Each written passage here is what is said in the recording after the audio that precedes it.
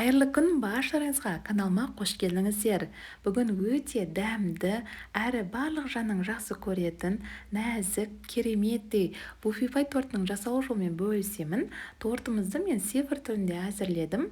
Өте дәмді болып шығады. Ең алдымен тортымызды сифр түрінде жасағандықтан пергамент қағазымызға трафаретіміздің көмегімен 6 деген санымызды пергамент қағазымызға сызып аламыз. Егер сіздерде трафареттеріңіз болмаса, үйден өздеріңіз сандарды жазып, осылай пергамент қағазымызға сызып аламыз. Мен осылай сан түрінде жасағандықтан тортымызды осылай трафаретіміздің көмегімен сызып, ең алдымен дайындап алдым. Енді тортымыздың тестасын әзірлеу үшін сары майымызды аламыз. Сары майымыздың үстінен мен осы Қазақстан шоколадын пайдаландым. Қазақстан шоколадымызбен сары майымызды ертіп аламыз. 82% сары май пайдаландым. Осылай сары майымызбен Қазақстан шоколадымызды ертіп аламыз. Енді құрғақ ыдысымызды алып, үстінен жұмыртқамызды саламыз. Жұмыртқамыздың үстінен шекерімізді салып, жұмыртқамыз бен шекеріміз ақ пена болғанша жақсылап миксерлейміз. Неғұрлым көптеу миксерлесеңіздер, соғұрлым торттарыңызды керемет болып көтеріледі. Осылай миксерімізді жай жылдамдықтан бастап жоғарылата отыра миксерлейміз. Тортымыздың құрамына не қосқаным, қанша граммнан қосқаным барлығын төменге описание бөліміне жазып қалдырамын. Осылай массамыз ұлғайды. Ақ пена болды. Енді құрғақ заттарымызды араластырып аламыз. Ұнымызды міндетті түрде електен өткізіп аламыз. Ұнымыздың үстінен какаомызды және разрыхителімізді қосып, құрғақ заттарымызды араластырып аламыз біркелкі болғанша. Осылай құрғақ заттарымды араластырып алдым. Енді сары майымызбен шоколадымызды ертіп алғанымызды жақсылап араластырып аламыз. Тестамызды осылай миксерлей отыра ертіп алған шоколадты массамызды тестамызға құямыз. Барлығын бірден құймай, жартысын құйып, енді құрғақ заттарымызды да бөліп қоса отырып осылай миксерлеп аламыз. Шоколадты массамызды осылай барлығын құйдым. Миксерлейміз. Енді құрғақ заттарымызды да тестамызға қосып, осылай жақсылап миксерлеп аламыз. Көп миксерлеудің қажеті жоқ. Осылай жақсылап бір миксерлеп алдым.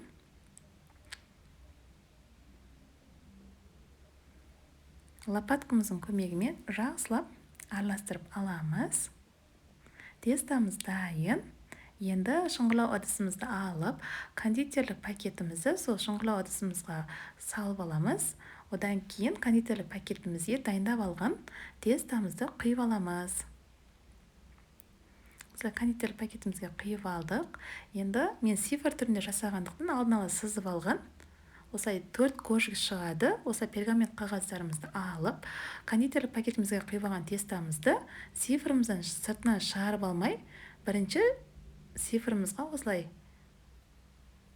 пергамент қағазымызға осылай тестамызды құйып шығамыз.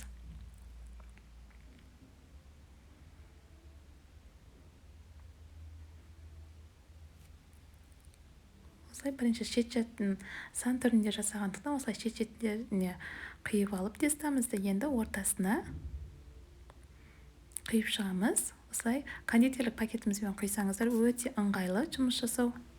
Осылай тестамызды құйып алдық. Енді спатуламыздың көмегімен тегістеп аламыз барлық жеріне. Пештерімізді қыздыруға қойып қоямыз. Осылай спатуламыздың көмегімен тегістеп алдық барлық жеріне тестамызды. Енді қызып тұрған пешімізде 180 градуста пісіріп аламыз. Осылай 4 кожиктарымызды пісіріп алдық. Толықтай суытып барып, осылай трафаретіміздің көмегімен артық шеттерін кожиктарымыздың кесіп алып тастаймыз. Осылай кесіп алып тастадым.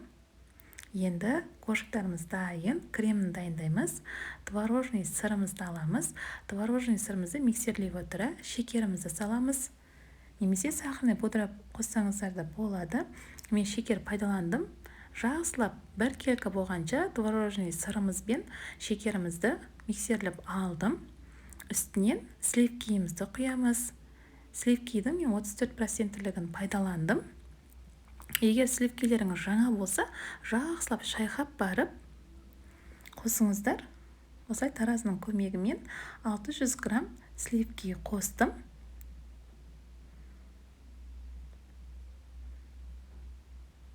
400 грамм творожный сыр пайдаландым. Енді миксерлейміз кремімізді. Бір келкі өз қалпын ұстағанша миксеріміздің жылдамдығын жай жылдамдықтан бастап араластыра отыра жылдамдығын жоғарылатып өз қалпын ұстағанша креміміз миксерлеп аламыз. Өз қалпын ұстап келе жатыр креміміз.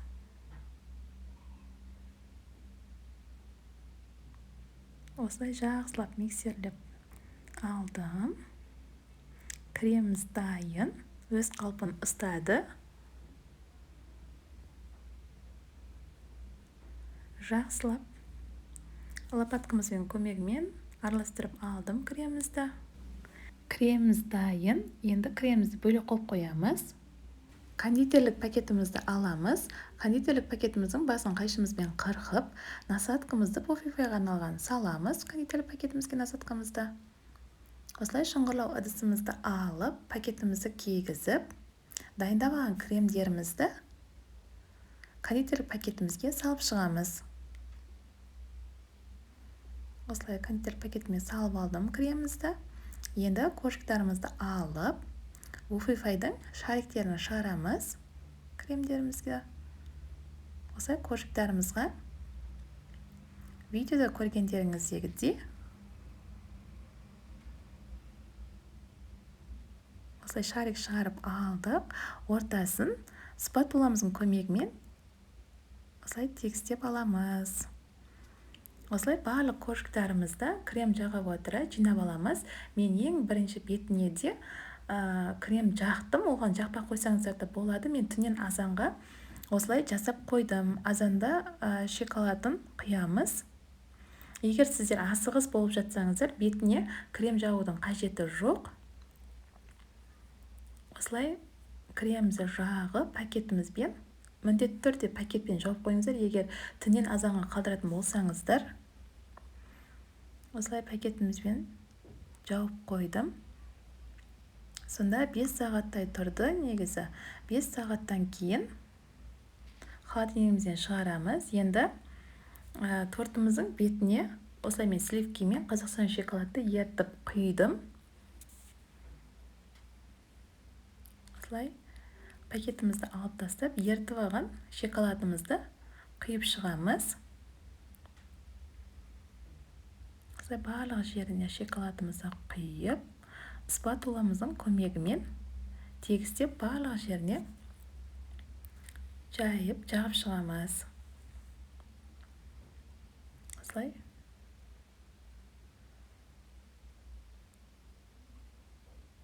Жүз грамм сливкиге 100 грамм Қазақстан шоколадты ертіп қостым бетіне.